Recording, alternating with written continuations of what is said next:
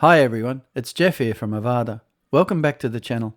Today we're looking at how to use Avada's full screen scrolling sections.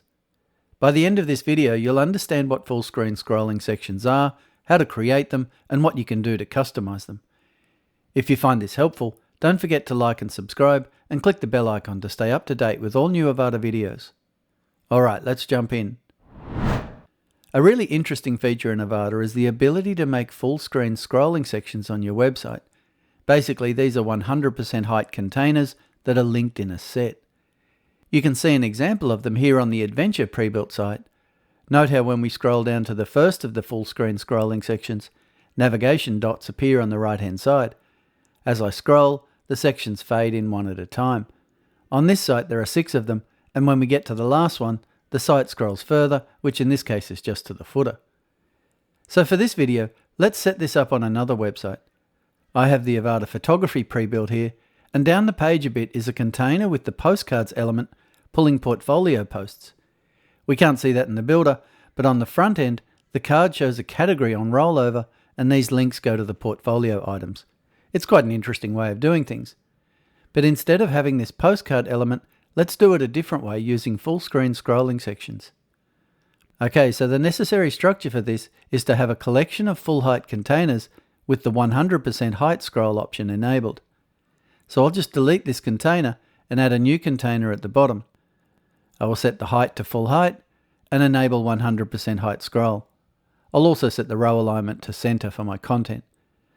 Note how the container now has a different color to indicate it's a full screen scrolling section. Also, just note that the usual container visibility settings will be hidden when full height is enabled. Now by itself, this container doesn't do anything. You need to have a collection of these one after the other to create a set. In that way, you could set up multiple sets of scrolling sections on a page by separating the sets with a normal container. Now in this case, I'm going to add an image as a background image on the container. So I'll head to the Background tab, an Image, and add my first image here. Now for my content, I'll just add a column and go to the library where I have saved one, and I'll add that in here and delete the empty one. So there's my first scrolling section.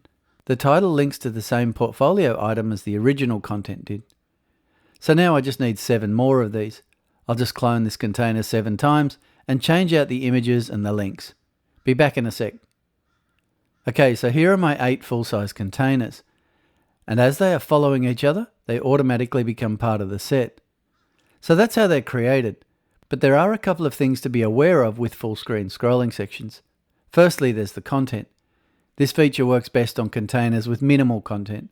All content of the scrolling section must fit into the 100% viewport height. Otherwise, if the content is too large, it will be cut off.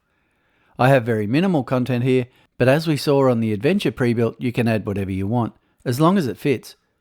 And as mobile devices are much shorter in height than large screens, on small screens full screen scrolling sections are disabled by default.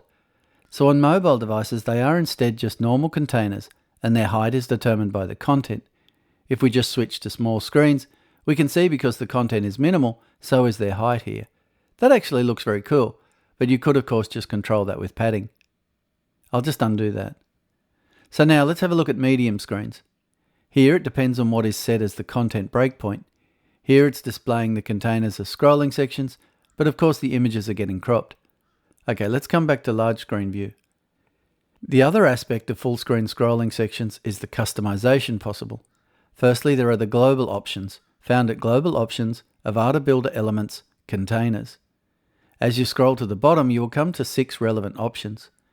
The first of these are the container 100% height navigation background and element colors. These control the styling of the navigation dots on the front end. Then there's container 100% height animation. With Avada 7.16 and up, there are 13 different animation styles for the transition between scrolling sections, with stacking cards added in 7.16. The default is fade, but there are a lot of cool transitions to choose from. I particularly like slide over. The next option is container 100% height scroll speed. This of course controls the speed of the scrolling transition and is in milliseconds. Penultimately, you can enable or disable the dots navigation for 100% height containers. Disabling dots navigation may be useful if using custom navigation. And finally, there is the container 100% height on mobile option. In my case, I think they would also work on mobile. I'll just enable that and have a look.